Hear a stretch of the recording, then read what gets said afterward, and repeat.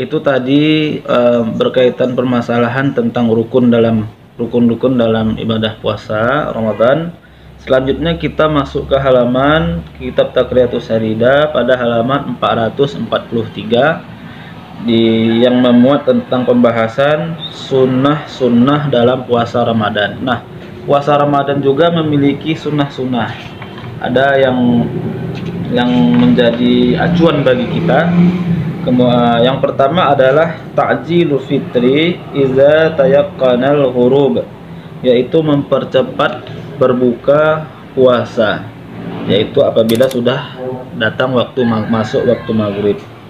Nah, sunnah yang pertama itu mempercepat, maksudnya menyegerakan, bukan berarti sebelum maghrib kita sudah berbuka, melainkan jangan ada kegiatan lain pada saat masuk azan maghrib, jangan ada kegiatan lain, tapi harus kita segerakan berbuka puasa kita, membatalkan puasa kita dengan cara berbuka.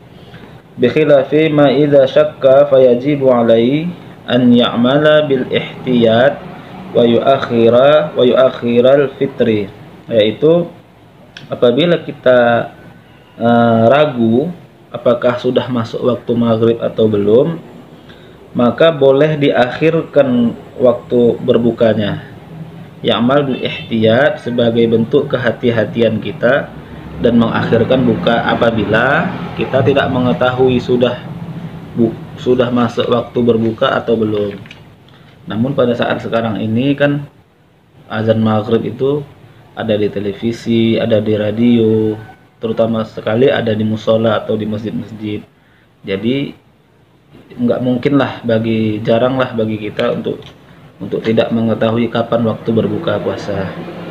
Sunnah yang kedua, asyuhuru walau bijur'ati ma'i. Yang pertama, disunnahkan makan sahur walaupun hanya dengan seteguk air.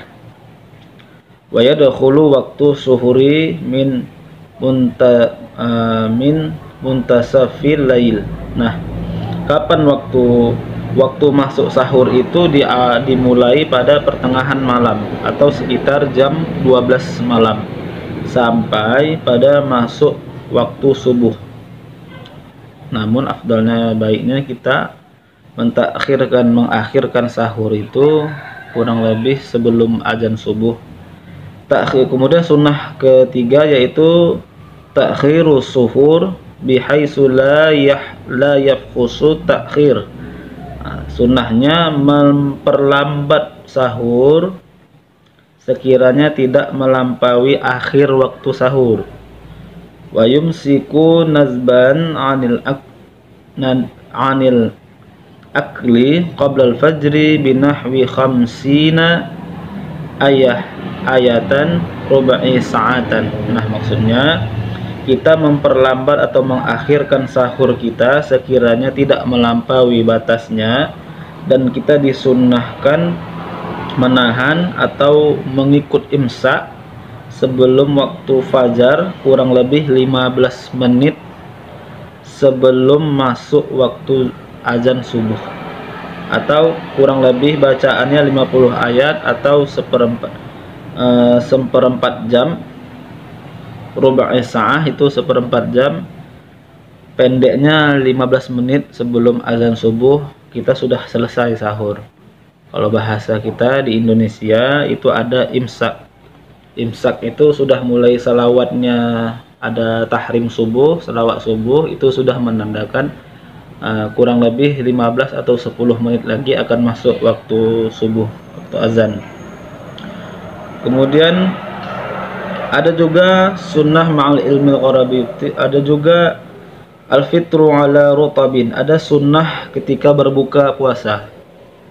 Nah, ketika berbuka puasa al-fitru ala rutabin witrin, maka disunnahkan kita berbuka puasa dengan kurma rutab. Rutab ini kurma yang masak, kurma yang matang. Witrin itu maksudnya dengan jumlah bilangan yang ganjil, atau 1, 3, Fayuqaddimuhu awalun, maka kurma ini sebaiknya dimakan berbuka puasa sebaiknya yang paling pertama itu dengan kurma sebelum dengan makan makanan yang lain. Fa illam yajid fabusrin fatamrin fama'i, maksudnya jika tidak ada kurma matang dapat berbuka puasa dengan kurma fayubsrin, yaitu kurma muda. Jika tidak ada kurma muda maka dapat berbuka dengan fatamrin, kurma yang kering, sudah kering. Kalau nggak ada juga fama'in zamzam, mendahulukan sunnahnya itu dengan minum air zam-zam. Kalau jika tidak ada juga air zam-zam, fama'in fahulin, dapat dengan air biasa atau dapat dengan minum madu, atau fahulwa, atau dapat minum air yang manis-manis. Nah, diterangkan apa itu hulwa, apa itu halwa. Nah, hulwa wa huwa ma lam tasamma'un nar kal asli waz zabib. Hulwa itu adalah sesuatu makanan yang manis yang dia tidak terkena api atau tidak dimasak, seperti madu. Madu kan nggak dimasak. Seperti kismis.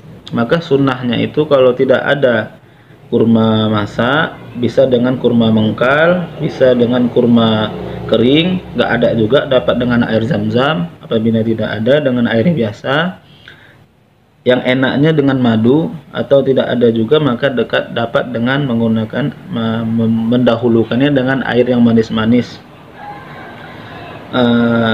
Kemudian halwa adalah manisan atau minuman atau makanan yang manis, wahwa masat kunar, yang dia terkena oleh api, tersentuh oleh api, maksudnya sesuatu yang manis tapi dia diolah atau dimasak. Wa qad zaba zalika ba'dahum faqal, maka seperti makanan yang manis atau minuman yang manis yang dimasak seperti teh, kopi, ataupun campuran air yang diolah sehingga menimbulkan rasa yang manis. Kemudian itu yang tentang berbukanya. Kemudian